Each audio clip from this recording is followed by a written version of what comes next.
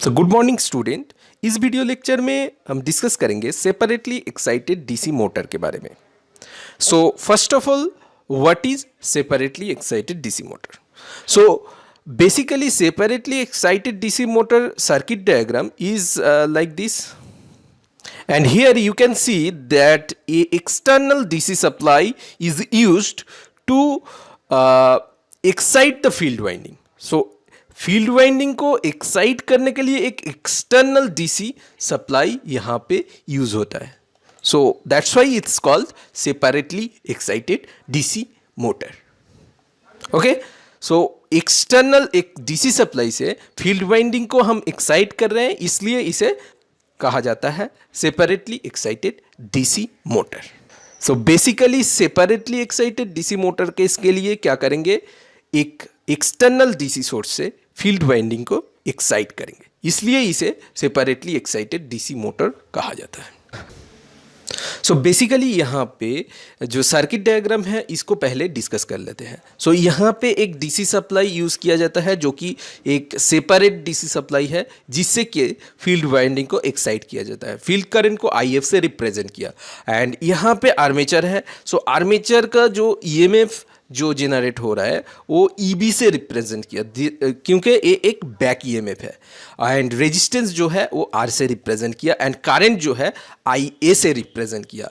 And इस case के लिए क्या होगा, IA इक्वल टू IL होगा. IL क्या है, लाइन करंट है. सो यहाँ पे मैंने लिखा armature current that is IA equal to IL that equal to line current that equal to I से हम रिप्रेजेंट कर सकते हैं इसको. अब वोल्टेज इक्वेशन कैसे बनेगा सेपरेटली एक्साइटेड डीसी मोटर के लिए? सो यहाँ पे हम लोग वोल्टेज इक्वेशन बनाने के लिए यहाँ पे इस लूप पे क्या करेंगे, KVL अप्लाई करेंगे. सो KVL अप्लाई करेंगे तो वोल्टेज मिल जाएगा. सो V इक्वल टू क्या होगा, आर्मेचर में कितना ड्रॉप है, सो IA RA ड्रॉप है आर्मेचर में. एंड सो यहाँ पे क्या लिख सकते हैं, V equal to EB plus IA RA. So V equal to EB plus IA RA. So V क्या है, सप्लाई वोल्टेज बोल सकते हैं इसे. RA क्या है, आर्मेचर रेजिस्टेंस इसे बोल सकते हैं.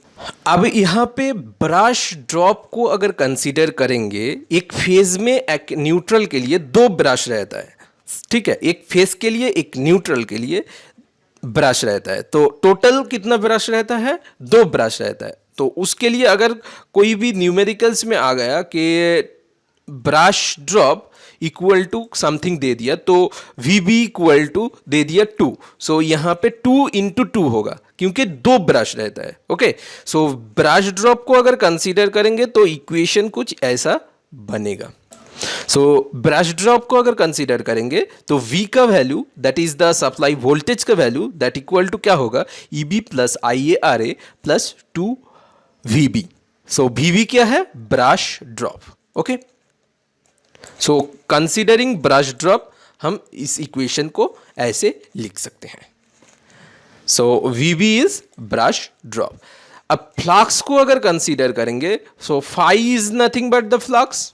सो फ्लक्स इज प्रोपोर्शनल टू, यहाँ पे इक्वल टू नहीं होगा, यहाँ पे प्रोपोर्शनल टू होगा. फ्लक्स इज प्रोपोर्शनल टू होगा IF. So this is the equation, not this one. So एक गलत है. Okay, so phi is proportional to IF होगा. सो फ्लक्स इज क्या होगा, directly proportional to field current होगा. So power drawn from the main supply that is P equal to V into IL होगा. अब mechanical power developed that is given by PM से represent करते हैं, that equal to क्या होता है, power input to the armature minus power losses in the armature. So ऐसे हम सेपरेटली एक्साइटेड डीसी मोटर के लिए current equation, voltage equation and power equation को डिटरमाइन करेंगे. नेक्स्ट वीडियो लेक्चर में डिस्कस करेंगे सेल्फ एक्साइटेड डीसी मोटर के बारे में. So thank you.